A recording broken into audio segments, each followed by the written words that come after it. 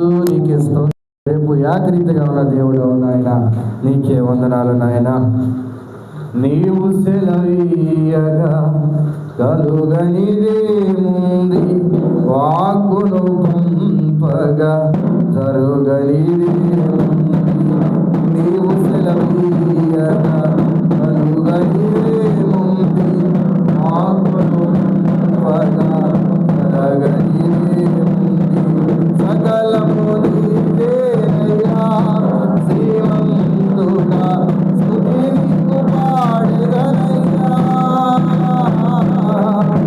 సకలము నీవేనయ్యా, శ్రీమంతుడా స్తుతి నీకు పాడెదనయ్యా. సమకూర్చువాడవయ్యా నీ పిల్లలకు, సమకూర్చువాడవయ్యా, సమకూర్చువాడవయ్యా నీ పిల్లలకు, సమకూర్చువాడవయ్యా. నిన్ను మాత్రమే నేనన్నానయ్యా, నీవు మాత్రమే నా ధైర్యం యేసయ్యా. నిన్ను మాత్రమే నేనన్నానయ్యా, నీవు మాత్రమే నా ధైర్యం యేసయ్యా. నా ముందు నీవుండగా ఎదురొచ్చు వాడెవడు, కార్యము చేయక అడ్డుపడు వాడెవడు. నా ముందు నీవుండగా ఎదురొచ్చు వాడెవడు, కార్యము చేయక అడ్డుపడు వాడెవడు. యుద్ధము నీదేనయ్యా, ఓ శూరుడా ముందుకు సాగెదనయ్యా. యుద్ధము నీదేనయ్యా, ఓ శూరుడా ముందుకు సాగెదనయ్యా. జయమిచ్చువాడవయ్యా నీ పిల్లలకు, జయమిచ్చువాడవయ్యా, జయమిచ్చువాడవయ్యా నీ పిల్లలకు, జయమిచ్చువాడవయ్యా. నిన్ను మాత్రమే నేనన్నానయ్యా, నీవు మాత్రమే నా ధైర్యం యేసయ్యా. నీవు కరుణించక ఆదకు వాడెవడు, శక్తితో నింపగా ఓడించు వాడెవడు. నీవు కరుణించక ఆదకు వాడెవడు, శక్తితో నింపగా ఓడించు వాడెవడు. సాయము నీవేనయ్యా, సహాయకుడా నీలో దాగెదనయ్యా. సాయము నీవేనయ్యా, సహాయకుడా నీలో దాగెదనయ్యా. బలమెచ్చువాడవయ్యా నీ పిల్లలకు, బలమెచ్చువాడవయ్యా, బలమెచ్చువాడవయ్యా నీ పిల్లలకు, బలమెచ్చువాడవయ్యా. నిన్ను మాత్రమే నేనన్నానయ్యా, నీవు మాత్రమే నా ధైర్యం యేసయ్యా. నిన్ను మాత్రమే నేనన్నానయ్యా, నీవు మాత్రమే నా ధైర్యం యేసయ్యా. నీ బాహుబలమే నడిపించును, నా స్థితులన్నిటినీ సరిచేయును. నీ బాహుబలమే నడిపించును, నా స్థితులన్నిటినీ సరిచేయును. సమకూర్చువాడవయ్యా నీ పిల్లలకు, సమకూర్చువాడవయ్యా, సమకూర్చువాడవయ్యా నీ పిల్లలకు, సమకూర్చువాడవయ్యా. హల్లెలూయా.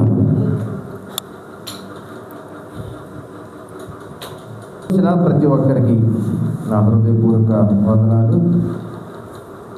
మరి గడిచిన దినములనియో దేవుడు ఎంతగానో తన సన్నిధిలో సజీవ రెక్కల కింద మనల్ని కాచి భద్రపరిచాడు కనుక అందరికీ మరి దేవునికి మరొక్కసారి కృతజ్ఞతాస్తుతులు చెల్లిద్దాం. దేవునికి స్తోత్రం. మంచిది. అయితే ఈ రాత్రి దేవుడు మనతో మరి ఒక చక్కటి విషయాన్ని ధ్యానించాలని ఆశపడుతున్నాడు. అయితే ఈ విషయాన్ని ధ్యానించేటప్పుడు కొద్ది నిమిషాలు మనం పరిశీలన చేసుకుంటూ లోకంలోకి మనం వెళితే దేవుడు మాట్లాడుతూ కొన్ని విషయాలు మనం లోకంలోకి వెళితే కొద్ది నిమిషాలు లోకంలోకి వెళ్ళి ఆలోచన చేద్దాం. ఎలా అంటే ఈనాటి దినాల్లో ప్రతి ఒక్క మనుష్యుడికి, ప్రతి ఒక్క తల్లిదండ్రులకి, ప్రతి ఒక్క తండ్రికి, ప్రతి ఒక్క సహోదరుడికి, ప్రతి ఒక్క స్నేహితుడికి కొన్ని ఇష్టాలు అంటూ ఉంటాయి. ఇష్టాలు అంటే బంధువులంటే ఇష్టం, స్నేహితులంటే ఇష్టం, బిడ్డలంటే ఇష్టం. ఇలా కొంతమందికి కొన్ని ఇష్టాలు ఉంటాయి. ఇలాగే పరిశీలన చేసుకుంటూ మానవ సంబంధమైన లోకంలో మనకంటూ కొంతమంది ఇష్టలుగా ఉంటారు. ఇప్పుడు మా విషయానికి వచ్చేసరికి మా ఇంట్లో వచ్చేసరికి మాకు కుమార్తె అంటే ఇష్టం, అమ్మగారికి కుమారుడు అంటే ఇష్టం. ఇలా బిడ్డల విషయాల్లో బిడ్డలకి, తల్లిదండ్రుల విషయాల్లో ఇలా కొంతమంది అయితే ఇష్టంగాను నడుస్తూ ఉంటారు. ఇలా దేవుడు కూడా మనతో కొన్ని విషయాలు ధ్యానిస్తూ మనము దేవునికి ఇష్టమైన వారిగా ఉంటున్నామని దేవుడు మాట్లాడుతున్నాడు. దేవునికి ఇష్టమైన వారిగా, దేవుడికి ఇష్టమైన ఒక తోటగా, దేవునికి ఇష్టమైన ఒక రాజ్యముగా, దేవునికి ఇష్టమైన ఒక బాహువుగా మనము ఉన్నామట. ఈ రాత్రి పరిశీలన చేసినట్లయితే దేవుని వాక్యంలో దాసుడు మాట్లాడుతూ, యెషయా ప్రవక్త మాట్లాడుతూ 5వ అధ్యాయంలో మాట్లాడుతున్నాడు కొన్ని విషయాలు.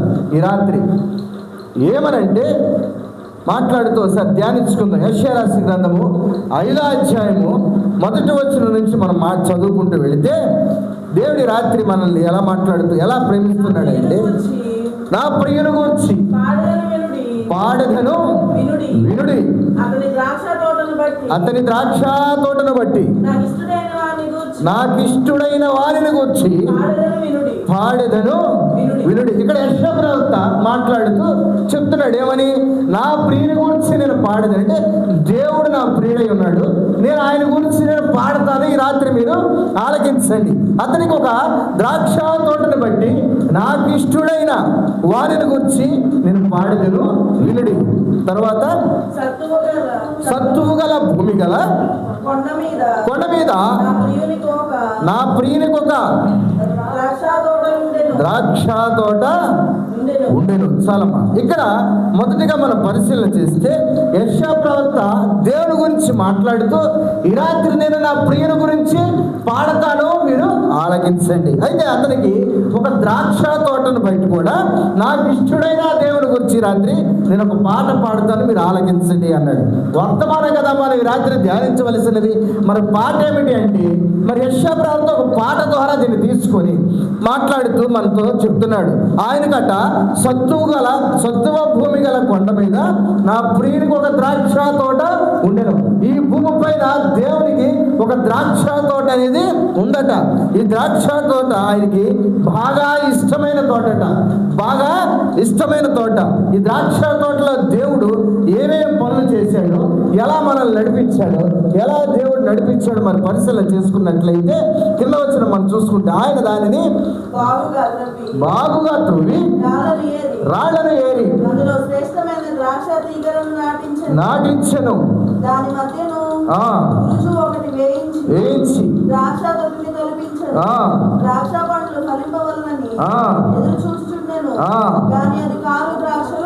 చాలమ్మా. ఇక్కడ దేవుడు ఏం చేస్తున్నాడు, ఆయన దానిని బాగుగా త్రువి రాళ్లను వేరి అందులో శ్రేష్టమైన ద్రాక్ష తీగలను నాటించాను. ఈ రాత్రి బాగా పరిశీలన చేద్దాం ఈ వర్తమానాన్ని. బయట వారు, లోపల ఉన్నవారు, ఎక్కడున్న వారైనా బాగా ఆలోచన చేయండి. ఈ రాత్రి దేవుడట ద్రాక్ష తోటని బాగుగా త్రువించి దాంట్లో ఉన్న రాళ్ళని ఏరివేశాడట. అందులో ఉన్న రాళ్ళని తీసేశాడు. వాక్యాన్ని బాగా పరిశీలించేద్దాం. దేవుడు ఈ లోకంలో మనల్ని నాటింపచేసి సత్తువు గల భూమిపైన మనల్ని నాటింపచేసి ద్రాక్ష తోట వలె, ద్రాక్ష తోట ఎలా ఉంటుంది? ఒక కొమ్మలాగా పెరుగుద్దా? కాదు, అది ఒక తీగలాగా విస్తరించుద్ది. ఒక తీగలాగా, ఒక పందిరిలాగా విస్తరించి ఒక్కొక్క గుత్తికి ఎన్నెన్నో కాయలు కాస్తా ఉంటాయి. ఎన్నో కాయలు కాస్తాయి. దాన్ని తినడానికి, జ్యూస్ చేసుకోవడానికి, దాన్ని ఆరోగ్యపరంగా తీసుకోవడానికి కూడా చాలా విధాలుగా జనులు వాడుతూ ఉంటారు. అయితే దేవుణ్ణి దాన్ని ఏం చేశాడు? బాగుగా తవ్వి అందులో రాళ్ళు నేరేశాడు. అయితే దేవుడి రాత్రి బాగా పరిశీలన చేసినట్లయితే ద్రాక్ష తోట అనే భూమిపైన, సత్తువు గల భూమిపైన మనల్ని నాటింపజేసి మనలో ఉన్న ప్రతి ఒక్కటి దేవుడు తీసివేయడానికి ఇష్టపడుతున్నాడు. అంటే బాగు చేసి, మనల్ని బాగు చేసి, మనం ఈ భూమిపైన ఉన్నాం కదా, మనలో ప్రతి ఒక్క లోపాన్ని దేవుడు తీయాలని, ప్రతి ఒక్క అపవిత్ర కార్యాన్ని దేవుడు తీయాలని, ప్రతి ఒక్కటి దేవుడు సరిచేయాలని, ప్రతి ఒక్కటి దేవుడు తీసివేయాలని పరిశీలన చేసుకుంటూ ఆయన దానిని బాగుగా తవ్వి రాళ్ళను ఏరి అందులో శ్రేష్టమైన ద్రాక్ష తీగలను నాటించును. ఇది శ్రేష్టమైన తీగలను దేవుడు నాటించేట బాగుగా ఆ నేలంతటిని బాగుగా సదనం చేసి, నీటిగా చేసి, గడ్డిని పెరిగి వేసేసి, రాళ్ళని వేరేసి, అందులో ఉన్న శోధనను తీసివేసి, అందులో ఉన్న శ్రమలను తీసివేసి వేయించి ద్రాక్ష తొట్టిని తొలిపించాడు. అక్కడ దేవుడు ద్రాక్ష పండ్లు వస్తాయని ఎదురు చూస్తున్నాడు. అంటే నేను వేసిన భూమిపైన, నేను సత్తువు గల భూమిపైన ద్రాక్ష తోట, ఎలాంటి ద్రాక్ష తోట? ఆ శ్రేష్టమైన తీగలను నేను నాటించాను. ఎందుకని? శ్రేష్టమైన ఆహారం వచ్చుద్దని, శ్రేష్టమైన దీవులు వస్తాయని, శ్రేష్టమైన వారుగా ఎదుగుతారని, శ్రేష్టమైన వారుగా జీవిస్తారని, ఆశ్రయించబడిన వారుగా జీవిస్తారని, హెచ్చించబడిన వారిగా జీవిస్తారని, ఎన్నిక లేని వారి బ్రతుకులను ఎన్నికించే వారిగా, హెచ్చించే వారిగా నేను చూస్తానని దేవుడు ఎదురు చూస్తున్నాడు. చూసిన దేవుడికి ఏమైంది అక్కడ? అది కారు ద్రాక్షాలు కాచను, ఉపయోగకరంగా లేవు. ప్రేమిస్తున్నా, దేవునికి ఉపయోగకరంగా లేని కారు ద్రాక్షాలు కాసినవట. ఈ ఒక్క విషయాన్ని మనం పరిశీలన చేద్దాం ఈ రాత్రి. కుమారులను, కుమార్తెలను, బంధువులను, స్నేహితులు గొప్పవారు అవడానికి మనము ఎంతో ఏమంటారు దాన్ని, ప్రాధాన్యపడుతూ వారికి సహకారులుగా ఉంటూ వారిని అనుదినము వెన్నట్టుండి నువ్వు బాగా చదవాలి, నువ్వు అభివృద్ధి చెందాలి, నువ్వు గొప్ప స్థాయికి వెళ్ళాలి, నువ్వు గొప్ప ఉన్నత స్థితిని అధిగమించాలి, ఎవరు చూడనటువంటి స్థితిలో, ఎవరు ఎదగనటువంటి స్థితిలో నువ్వు ఎదగాలని మనం ఏం చేస్తాము? ప్రోత్సహిస్తూ ఉంటాం. ఎందుకని? వాడు ఎదిగితే మనం ఆనందించాలని, వాడు ఎదిగితే మనం సంతోషించాలని, వాడు ఎదిగితే మనం ఈ లోకంలో అభివృద్ధి చూడాలని, వాడు ఎదిగితే అనేక మంది మధ్య గనుడిగా కనబడతాడని మనము సంతోషిస్తూ ఏం చేస్తాము? వెనకరించి నెడుతూ ఉంటాం. ఎందుకని? ఏది కావాలంటే అది, ఏది ఇవ్వాలంటే అది, ఏది చేయాలంటే అది, ఏది సమృద్ధిని పంచాలంటే దాన్ని మనము సమస్తమును తీసుకొచ్చి చుట్టూ ఏర్పరుస్తాం. అవునా కదా? చుట్టూ ఏర్పరుస్తాం. ఎందుకంటే వాడు మంచి స్థాయిలో ఎదగాలని, ఎందుకని? కుమార్తె మంచి స్థితిలో ఎదగాలని. ఈ రాత్రి మీకు చిన్న విషయాన్ని జ్ఞాపకం చేస్తాను. ఒక పట్టణంలో పేద తండ్రి ఉన్నాడట, పేద తండ్రి. అయితే ఆ తండ్రికి ఒక్కగానొక కుమార్తె ఉన్నది. ఒక్కగానొక కుమార్తె ఉంటే ఆ కుమార్తె చదువుకుంటూ 10వ తరగతి వరకు చదువుకుంటూ కాలేజీలో జాయిన్ చేసాడు తండ్రి గారు. ఎంతో భారమైనా కానీ ప్రైవేట్ కాలేజీలో జాయిన్ చేసాడు. కారణం ఏంటంటే సెక్యూరిటీ పర్పస్. అంటే ఆ ప్రైవేట్ కాలేజ్ అన్ని కాలేజీలు వెతుక్కుంటూ వెళ్ళి పలానా కాలేజీ సెక్యూరిటీ అంటే నా కుమార్తె భద్రముగా ఉంటుంది. ఇప్పుడు ద్రాక్ష తోటకి దేవుడు రాళ్లను అన్నింటినీ వేరు ఎలా అయితే అక్కడ శ్రేష్టమైన ద్రాక్ష తీగలు నాటించాడు, అలాగా ఒక శ్రేష్టమైన కాలేజీలో, ఒక శ్రేష్టమైన మంచి స్థాయిలో ఉండాలని కుమార్తె ఎదగాలని ఆశపడుతూ ఒక చక్కటి పేరుగాంచిన కాలేజీలో, సెక్యూరిటీ కలిగి ఉన్న కాలేజీలో, ఏక కూడా లోపలికి వెళ్ళని కాలేజీలో, ఫుల్ సెక్యూరిటీ టైట్గా ఉన్న కాలేజీలో, ఒక్కసారి లోపలికి వెళ్తే మళ్ళీ సాయంత్రం దాకా బయటకు వచ్చే పరిస్థితులు లేని కాలేజీలో జాయిన్ చేశారు తండ్రి గారు. అయితే కుమార్తె రోజు ఇంటికా నుంచి కాలేజీకి వెళ్ళవలసి వచ్చుద్దని, నడిచి వెళ్ళడానికి ఇబ్బంది అవుద్దని, బస్సులో వెళితే ఇబ్బంది పడుద్దని, సైకిల్ మీద తొక్కలేదని మోటార్ సైకిల్ భారమైన అప్పు చేసి కొనిచ్చాడు. కొనిచ్చిన తండ్రి గారు ఎంతో కుమార్తెకు రోజు ఏమని చెప్తున్నాడు తెలుసా? దేవుడు మాట్లాడితే ఏమని, నేను సత్తువు గల భూమిపైన తల్లి నీ కోసమైన సత్తువు గల భూమిపై నేను నిర్మించి తీసుకొని వచ్చి నువ్వు మంచి స్థానంలో ఎదగాలని, నీ చుట్టూ ఉన్న రాళ్లను రప్పలను ఏరివేశాను, నీ చుట్టూ ఉన్న మానవ మృగాలన్నింటి నుంచి దూరంగా ఉంచాలని మంచి కాలేజీలో నేను చేర్పించాను. అక్కడ ఎటువంటి ఇబ్బంది పడద్దు, అక్కడ ఎటువంటి సమస్యలు రానివ్వకుండా చక్కగా చదువుకో, ఎందుకంటే సమస్యలు లేనటువంటి కాలేజీలో నేను జాయిన్ చేశానని తండ్రి రోజు చెప్తూ వస్తున్నాడు. కుమార్తె రోజు వింటూ ఉంటుంది. ఇలా జరుగుతున్న క్రమంలో ఏం జరిగిందంటే, ఇక్కడ ద్రాక్ష తోట వేయించాడు కదా దేవుడు. ఈ ద్రాక్ష తోట వేస్తే కారు ద్రాక్షాలు కాల్చినాయి అని చెప్పాడు కదా.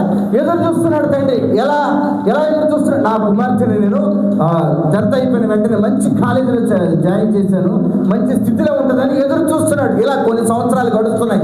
ఎగ్జామ్స్ రాస్తుంది, పాస్ అవుతుంది, వస్తుంది, ఎగ్జామ్స్ రాస్తుంది, వస్తుంది. ఇలా జరుగుతుంటే తండ్రి ఒకనొక దిన కాలేజీకి వెళ్ళడం జరిగితే కుమార్తె కాలేజీలో లేదు. అంటే ఎగ్జామ్ ఫీజు కడతాకు వెళ్ళాడు. కాలేజీలోకి వెళ్ళి నా కుమార్తెను ఒకసారి చూడాలయ్యానంటే, తండ్రి గారు వచ్చారు కాబట్టి దాంట్లో ఉందని కాలేజీ యాజమాన్యం వారు కుమార్తెను పిలిపించడానికి పంపిస్తే, కుమార్తె ఈరోజు కాలేజీకి రాలేదు సార్ అని అన్నారు. అయితే ఈరోజు కాలేజీకి రాకపోవడం ఏంటి? ఉదయమే కదా నా కుమార్తె నాకు చెప్పి బయలుదేరి కాలేజీకి వచ్చింది కదా అని అడిగితే, అప్పుడు ఆ కాలేజీ యాజమాన్యంలో ఉన్న ప్రతి క్లాస్కి ఒక టీచర్ గారు ఉంటారు కదా, ఆయన అన్నాడు, కుమార్తె కాలేజీకి వచ్చి దాదాపు ఒక 20 రోజులు అవుతుందండి అని అన్నారు. 20 రోజులు అవుతుంది అని అంటే నేను ఆశ్చర్యపడిపోయాడు. ఏదంటే ప్రతిరోజు నాకు కనబడుతూ వెళుతూ టాటా చెప్తుంది, బాయ్ చెప్తుంది, నన్ను ప్రతిరోజు పిలుస్తుంది, సాయంత్రం రాగానే నాతో మాట్లాడుతుంది, కాలేజీ విషయాలు పంచుకుంటుంది. మరి ఎందుకని కుమార్తె 20 రోజుల నుంచి కాలేజీకి రావట్లేదు అని పరిశీలన చేయడం మొదలు పెడితే సాయంత్రం సమయాన్ని కుమార్తె యథావిధిగా ఇంటికి వచ్చిన తర్వాత కుమార్తెతో ఈ తండ్రి మాట్లాడుతున్నాడు. ఏమని? అమ్మా, నేను ఈరోజు కాలేజీకి వచ్చాను, నువ్వు కాలేజీలో కనపడలేదు అని అంటే, నాన్నగారు మీరు వచ్చారా? నేను పలానా టీచర్ గారి దగ్గరికి డౌట్ కోసం వెళ్ళాను. అదేంటమ్మా, నేను కాలేజీ అంతా వెతికాను కదా, నువ్వు కనపడలేదు అని అడిగాడు తండ్రి. చాలా దిగులుగా అడిగాడు. వాక్యం చదువుతాం కదా మందగా, ద్రాక్షంబళ్ళు ఫలింపవాలని ఎదురు చూస్తున్నాడు. దేవుడు ఎదురు చూస్తున్నాడు, తండ్రి ఎదురు చూస్తున్నాడు. ఎలా? నా కుమార్తె చక్కగా ఎదిగి అభివృద్ధి చెందుతుంది కదా అని ఎదురు చూపులో నిస్సహాయ స్థితిలో పడిపోయాడు. ఒక్కసారిగా కుమార్తె అబద్ధం చెప్పేసరికి నిస్సహాయ స్థితిలో పడిపోయి ఎక్కి ఏడుస్తూ అన్నాడు, ఈరోజు నేను కాలేజీకి వచ్చాను, నువ్వు కాలేజీకి వెళ్ళి దాదాపు 20 రోజులు అయిపోయిందమ్మా, 20 రోజులు అయిపోయింది. ఎక్కడికి వెళ్తున్నావు, ఏం చేస్తున్నావు, ఏం జరుగుతుంది అని పరిశీలన చేసి తండ్రి కుమార్తెని అడిగితే, కుమార్తె ప్రతి ఒక్క విషయాన్ని చెబుతూ, నాన్నగారు నేను ఇలాగ కాలేజీలో పలానా అని ఆమె యొక్క పర్సనల్స్ అన్ని చెప్తే తండ్రి ఎంతో బాధపడుతూ ఎంతో వెలిపిస్తూ ఒక మాట అన్నాడు, నిన్ను కనడానికి నేను ఎన్నో శ్రమలు పడ్డాను. నీ తల్లి నువ్వు కన్న వెంటనే, నువ్వు వచ్చిన వెంటనే నీ తల్లి చనిపోయింది. నీలో నీ తల్లిని చూసుకుంటూ నీలో నీ యొక్క భవిష్యత్తును చూసుకుంటూ నీవు నా వల్లే కష్టపడకూడదని, నా వల్లే నువ్వు రెక్కలు ముక్కలవ్వకూడదని, ఈ చుట్టూ ఉన్న ప్రపంచంలో నువ్వు నిందన పాలవ్వకూడదని, నీ చుట్టూ ఉన్న వారిని పెరిగివేయాలని, నిన్ను ఒక మంచి స్థాయిలో నేను పెంచడానికి నేను నిన్ను ఎక్కడా ఇబ్బంది పెట్టకుండా ప్రతి ఒక్కటి నీకు సమకూర్చుకుంటూ వస్తే నువ్వు ఈరోజు ఏం చేసావో తెలుసా? మంచి ఫలించే ద్రాక్ష పంటలు ఇస్తావని ఆశపడితే కారు ద్రాక్షాలు కాసే రీతిగా నువ్వు మారిపోయావు. అవి తినడానికి పనిచేయవు, దేనికి ఉపయోగపడవు, దానివల్ల ఎటువంటి ఉపయోగం లేదు. అవునా కదా? ఇప్పుడు దోసకాయ ఉంది. దోసకాయలో మనం తెలియకుండా మార్కెట్ నుంచి తెచ్చుకుని 10 కాయలు తెచ్చుకున్నాం. 10 కాయల్లో ఒక్క కాయ పుచ్చితే, ఒక్క కాయ చేదొస్తే తింటామా? దాన్ని ఒక్క కాయ చేదొస్తే తింటామా? దాన్ని కూరలో కారణం ఏమిటి? ఈ యొక్క కాయ కనుక కూరలో వేస్తే కూరంతా చేదైపోద్ది. అందుకని కారు ద్రాక్షాలను దేవుడు మనల్ని మంచి ఫలించేటి కొమ్మగా దేవుడు చేయాలని ఆశపడుతూ, నేను మంచి ఫలితాన్ని ఇస్తానేమో అని ఆశపడితే చివరికి ఏం జరిగింది?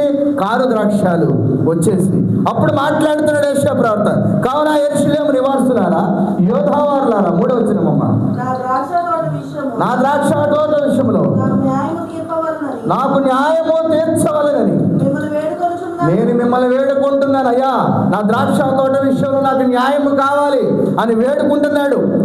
నేను నా ద్రాక్ష తోటకు చేసిన దానికంటే నేను దేనికి చేయగలను? ఈ ద్రాక్ష తోటని నాటించడానికి శ్రమ పడ్డాను, భూమిని దున్నడానికి శ్రమ పడ్డాను, ఆ భూమిలో ద్రాక్ష తోట వేయడానికి శ్రమ పడ్డాను, అందులో ఉన్న రాళ్ళను తీయడానికి శ్రమ పడ్డాను, అందులో నీరు వేయడానికి శ్రమ పడ్డాను, మీ కొరకు నేను సమస్తమును అర్పించుకోవడానికి శ్రమ పడ్డాను, కలువరిలో దెబ్బలు తిన్నాను, ఎన్నో మాటలు అనుభవించాను, ఎన్నో అవమానాలు అనుభవించాను, మీ కొరకు రక్తాన్ని తినించాను, నా శరీరము భూమి దున్నినట్టుగా సాళ్ళుగా దున్నబడినది, కానీ మీరు ఇంతకంటే మీకు నేనేం చేయగలను? దేవుడు వాక్యం మాట్లాడుతూ అది ద్రాక్ష పండులు కాయనని నేను కనిపెట్టినప్పుడు అది కారు ద్రాక్షాలు కాయటకు కారణమేమి? కారు ద్రాక్షాలు కాయడానికి కారణమేమి? ప్రియమైన దేవుని బిడ్డలారా, ఈ రాత్రి బాగా పరిశీలన చేద్దాం. దేవుడు మనల్ని మంచి ఈవులు ఇచ్చేవాడిగా, అంటే దేవుడు మనల్ని భూమి మీద నాటించినప్పుడు, సత్తువ గల భూమి మీద నాటించినప్పుడు దేవుడు మనము మంచి ద్రాక్షాలు కాస్తామేమో, మంచి ద్రాక్షాలు ఇస్తామేమో, అంటే మంచి ఆశీర్వాదాన్ని పొందుకుంటామేమోనని దేవుడు ఎదురు చూస్తున్నాడట. దేవుడు ఎదురు చూస్తుంటే అవి కాస్త కారు ద్రాక్షాలు అయిపోయినాయి అంట. ప్రియమైన దేవుని బిడ్డలారా, అప్పటికే దేవుడు ఏం మాట్లాడుతున్నాడు? నా ప్రియుని గురించి నేను ఒక పాట పాడేదను, నా అతనికి ద్రాక్ష తోటను బట్టి నాకు ఇష్టమైన దాని గురించి పాడుతూ, సత్తువు భూమి గల కొండ మీద నా ప్రియునికి ఒక ద్రాక్ష తోట ఉండేది. అంటే ఆయనకి ఇష్టమైన బిడ్డలు మనము.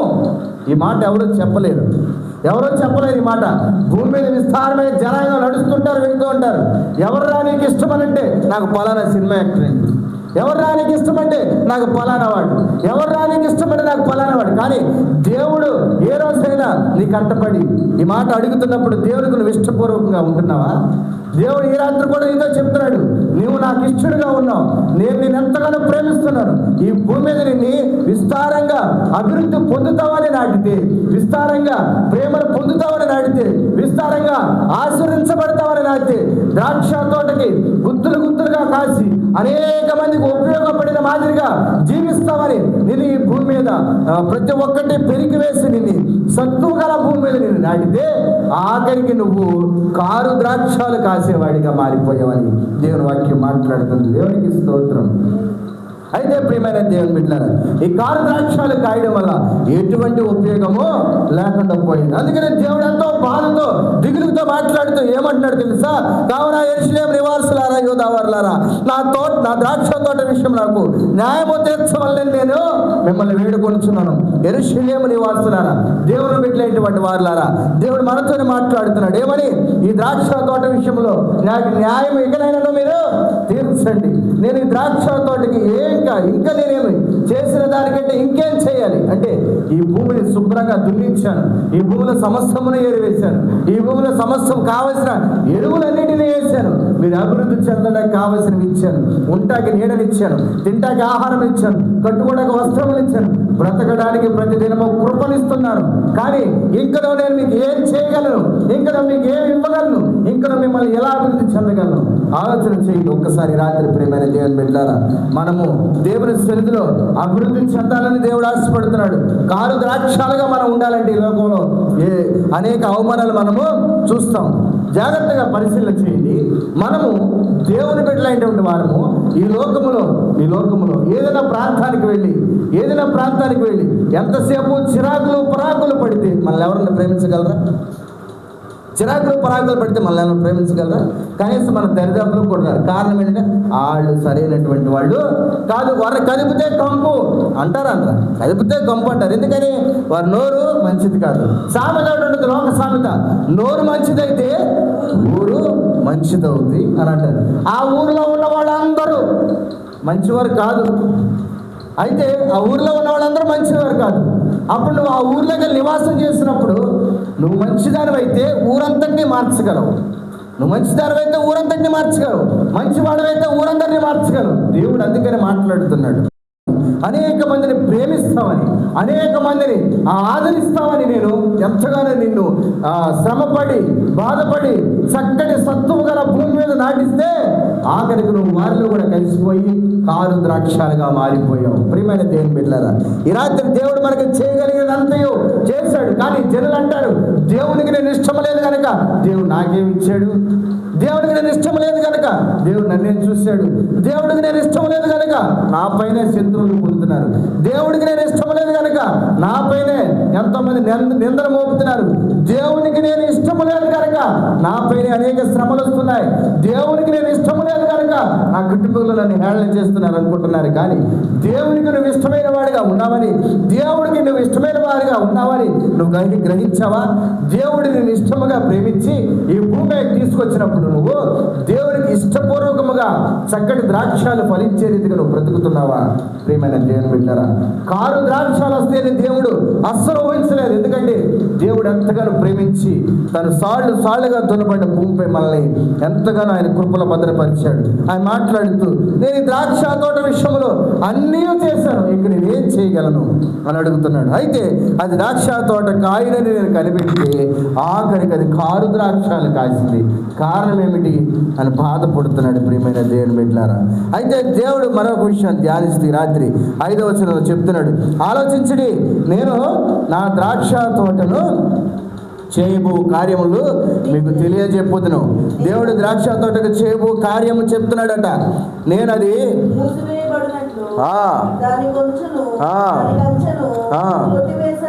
తీసేస్తానని చెప్తున్నాడు.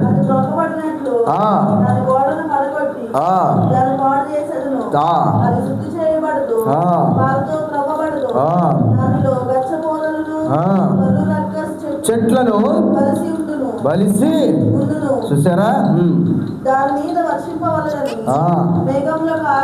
ఇక అది అన్నిటికీ కారు ద్రాక్షాలు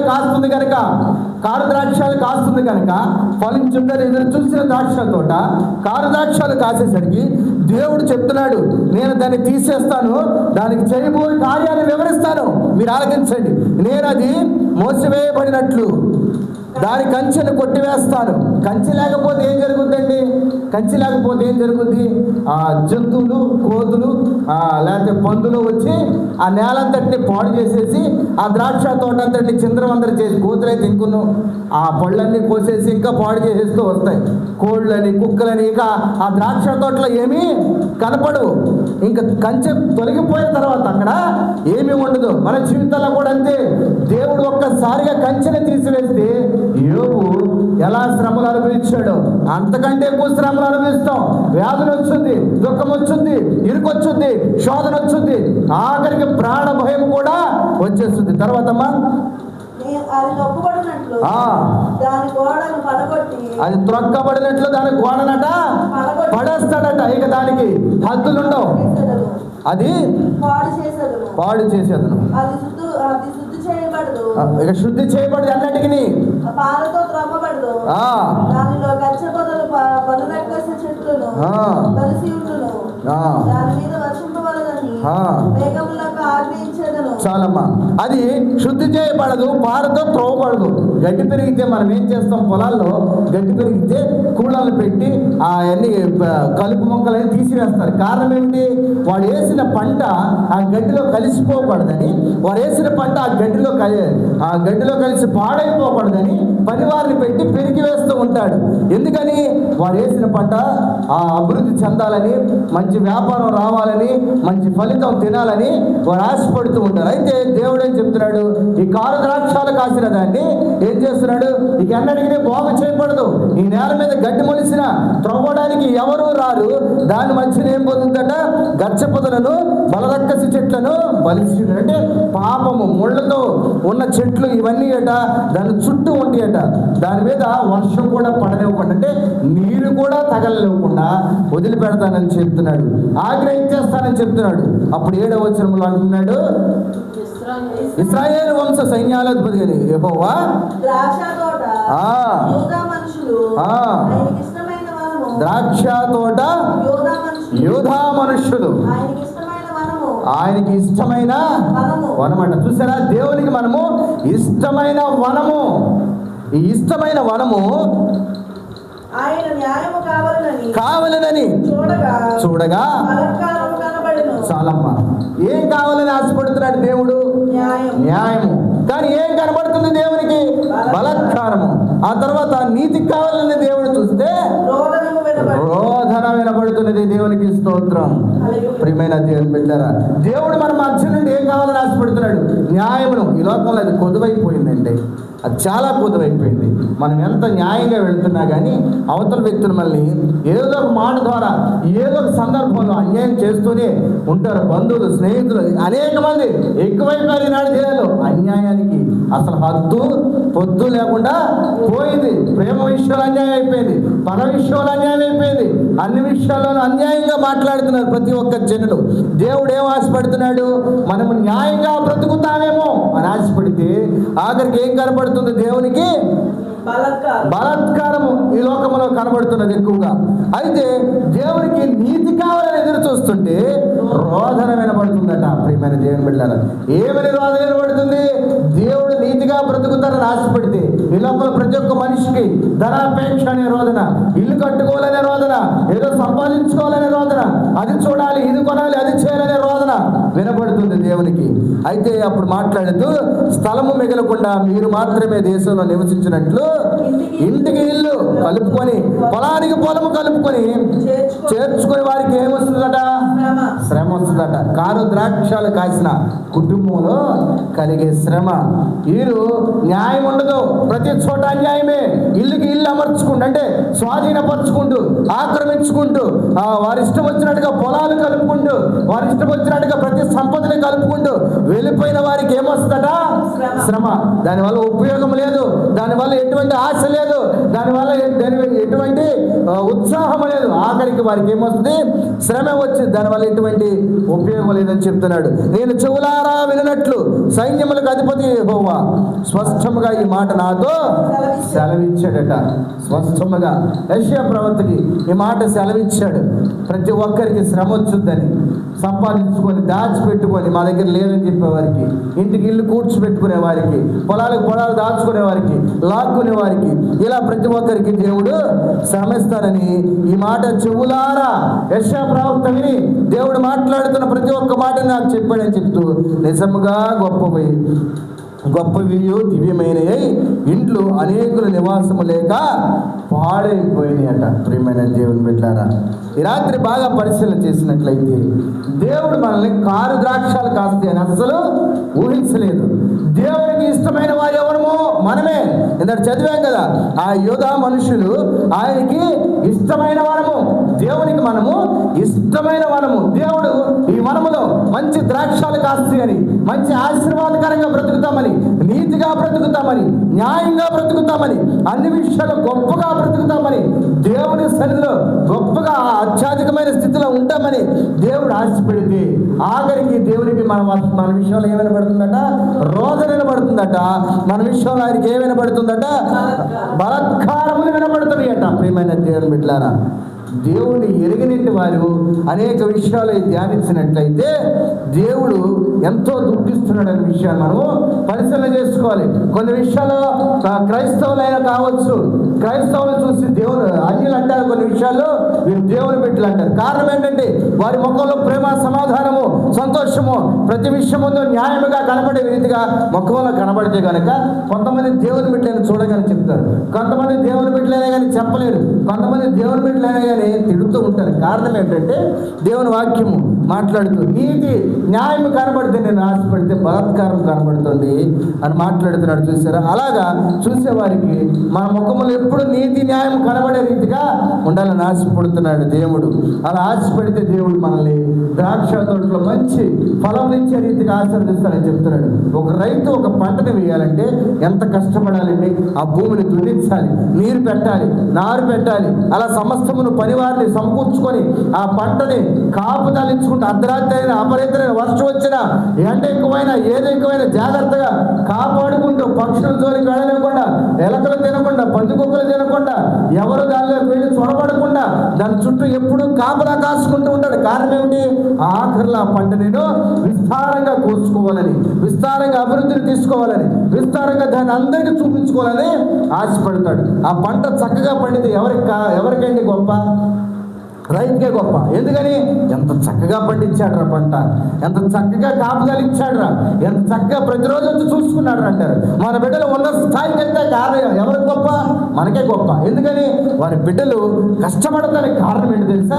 తల్లిదండ్రుల యొక్క ప్రార్థన, తల్లిదండ్రుల యొక్క కష్టము, తల్లిదండ్రుల యొక్క ప్రతిఫలము ఈరోజు బిడ్డలపై కుమ్మరించబడింది కనుక ఈరోజు మంచి స్థితిలో ఉంటున్నారా వాళ్ళు, ఈరోజు మంచి స్థితిలో ఎదుగుతున్నారా వాళ్ళు, ఈరోజు మంచి స్థితిలో నడుస్తున్నారా వాళ్ళు. కారణం ఏంటంటే వారి తల్లిదండ్రులు దేవుని విషయంలో న్యాయంగా నడుచుకుంటున్నారు, వారి తల్లిదండ్రులు దేవుని విషయంలో నీతిగా నడుచుకుంటున్నారు, వారి తల్లిదండ్రులు లోక విషయంలో నీతి న్యాయములు జరిగించుకుంటూ వెళుతున్నారు. దేవుడిచ్చిన ఈ లోకమైన, దేవుడిచ్చిన ద్రాక్ష తోటనే ఈ భూమి మీద, దేవుడిచ్చిన ద్రాక్ష తోటలో మనము నీతిగా న్యాయంగా నడుచుకున్నట్లయితే దేవుడు మన పక్షాన అద్భుత కార్యాలు చేస్తానని సెలవిస్తున్నాడు. అయితే చివరిగా మనం చూసుకున్నట్లయితే దేవుని యొక్క వాక్యం మనం చివరిగా చూసుకుంటే, అందుకనట మరి మనం కారు ద్రాక్షాలు కాసి ఇల్లుకు ఇల్లు పొలానికి పొలము కూడబెట్టుకుంటే దేవుని యొక్క వాక్యములో చదివినట్లయితే మనకి శ్రమ అని చెప్పాడు కదా. అయితే మరి అదే 5వ అధ్యాయంలో మరి చూసుకున్నట్లయితే 13వ వచనంలో మాట్లాడుతూ, కావున నా ప్రజలకు జ్ఞానము లేకయు చెరపట్టబడిపోతున్నారు, వారు గనులైన వారు ఉన్నారు,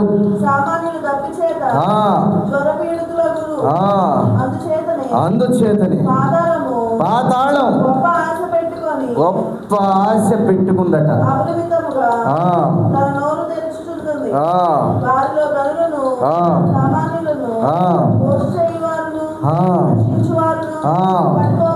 చాలమ్మా.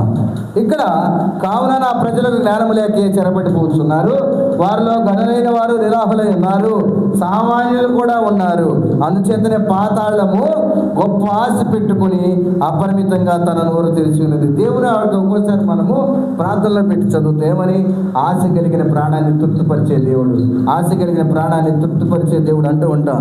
మరి ఇక్కడ పాతాళము ఎలా ఎదురు చూస్తుంది? ఆశ పెట్టి కూడా చూస్తుంది. ఎందుకని?